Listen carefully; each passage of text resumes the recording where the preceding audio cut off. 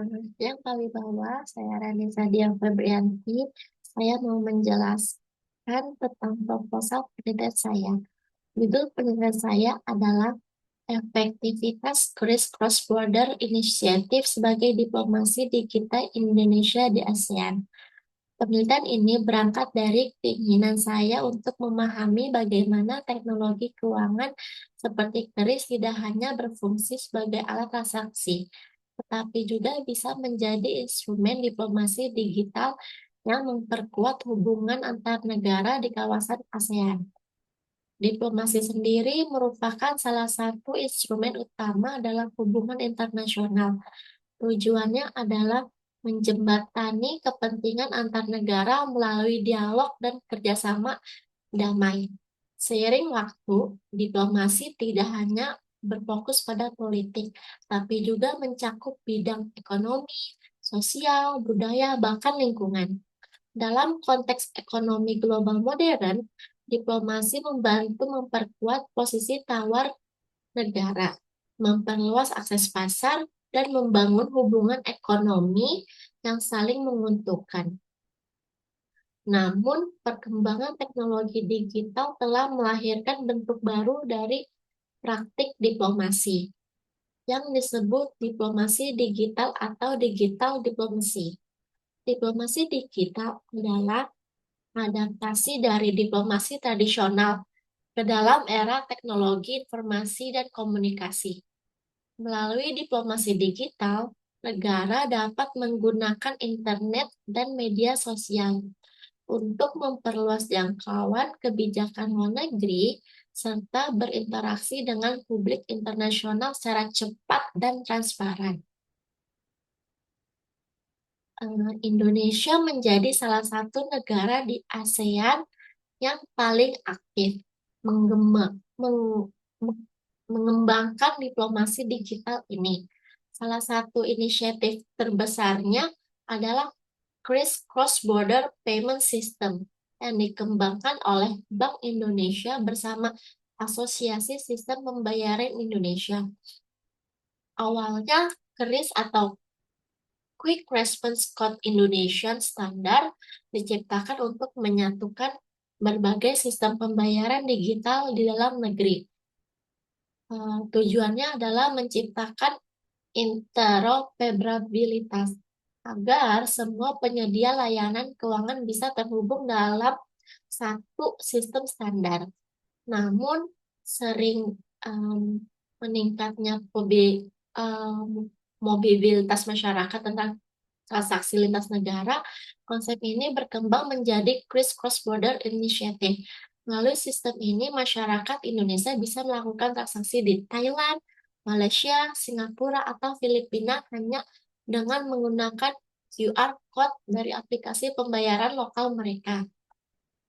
Nah, inovasi ini bukan hanya mempermudah transaksi, tetapi juga bentuk nyata diplomasi digital Indonesia dalam memperkuat integrasi ekonomi kawasan. Dari latar belakang tersebut, penelitian ini berfokus pada dua pertanyaan utama. Pertama, apa saja tantangan dan hambatan diplomasi digital Indonesia melalui KRIS Border di ASEAN? Dan kedua, bagaimana efektivitas KRIS cross-border sebagai instrumen diplomasi digital di negara-negara mitra seperti Thailand, Malaysia, Singapura, dan Filipina. Penelitian ini memiliki beberapa tujuan utama. Yang pertama, untuk menganalisis efektivitas KRIS sebagai instrumen diplomasi digital Indonesia dalam memperkuat kerjasama ekonomi digital regional. Kemudian untuk mengidentifikasi tantangan dan hambatan yang muncul selama implementasi KRIS lintas negara. Selanjutnya untuk membandingkan efektivitas diplomasi digital Indonesia di 4 negara mitra dengan mempertimbangkan faktor ekonomi, tingkat adopsi masyarakat, dan dukungan kebijakan lokal. Dan terakhir, menilai sejauh mana KRIS dapat memperkuat posisi diplomatik Indonesia di ASEAN, terutama dalam mendukung pembentukan ASEAN Digital Economy Framework agreement atau di IFA. Secara akademis, penelitian ini diharapkan memberikan kontribusi pada pengembangan kajian diplomasi modern, khususnya dalam konteks digital, diplomasi, dan ekonomi statecraft. Sedangkan secara practically, penelitian ini diharapkan memberi masukan bagi Bank Indonesia, Kementerian Luar Negeri, dan Kementerian Kominfo dalam merancang kebijakan diplomasi digital lebih berintegrasi dan berorientasi pada kepemimpinan regional. Dalam kerangka berpikir penelitian ini, saya menggunakan dua kelompok variabel utama. Variabel terikatnya adalah efektivitas diplomasi digital Indonesia melalui QRIS yang diukur dari peningkatan kerjasama keuangan digital, kepercayaan antar negara ASEAN, dan pengakuan terhadap peran kepemimpinan Indonesia di kawasan.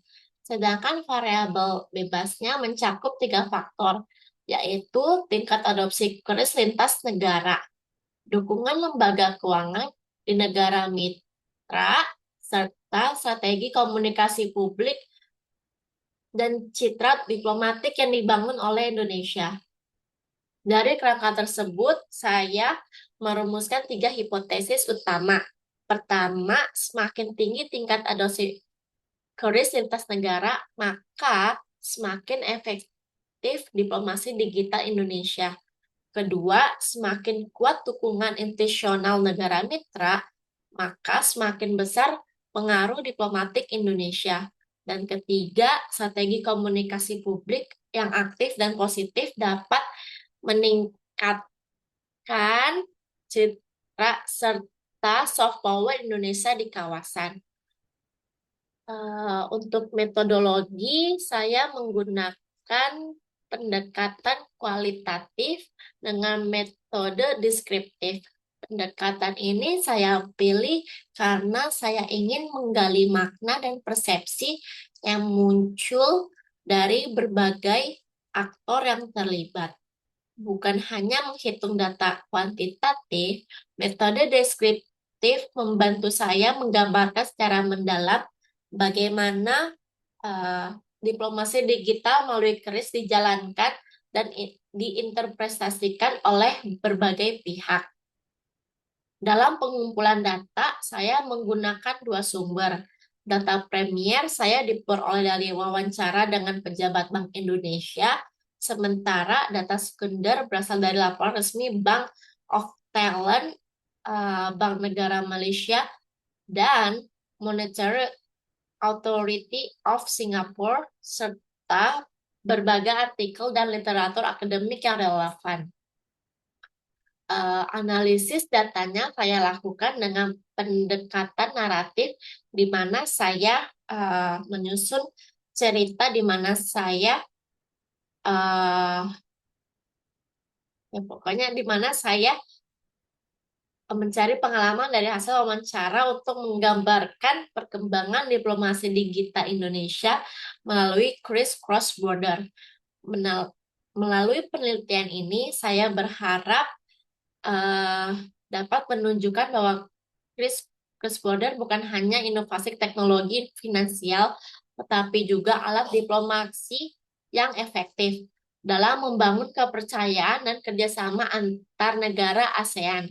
Keberhasilan QRIS juga berpotensi mendorong perluasan pasar UMKM Indonesia karena sistem negara efisien dapat menurunkan biaya transaksi dan memperluas jaringan perdagangan digital. Selain manfaat ekonomi, keberhasilan QRIS juga memperkuat citra diplomatik Indonesia sebagai negara yang proaktif, inklusif, dan visioner dalam menghadapi era digital. Keberhasilan ini memberi legitimasi politik untuk memperkuat posisi Indonesia dalam memimpin agenda digital ASEAN dan meningkatkan pengaruhnya dalam forum ekonomi global.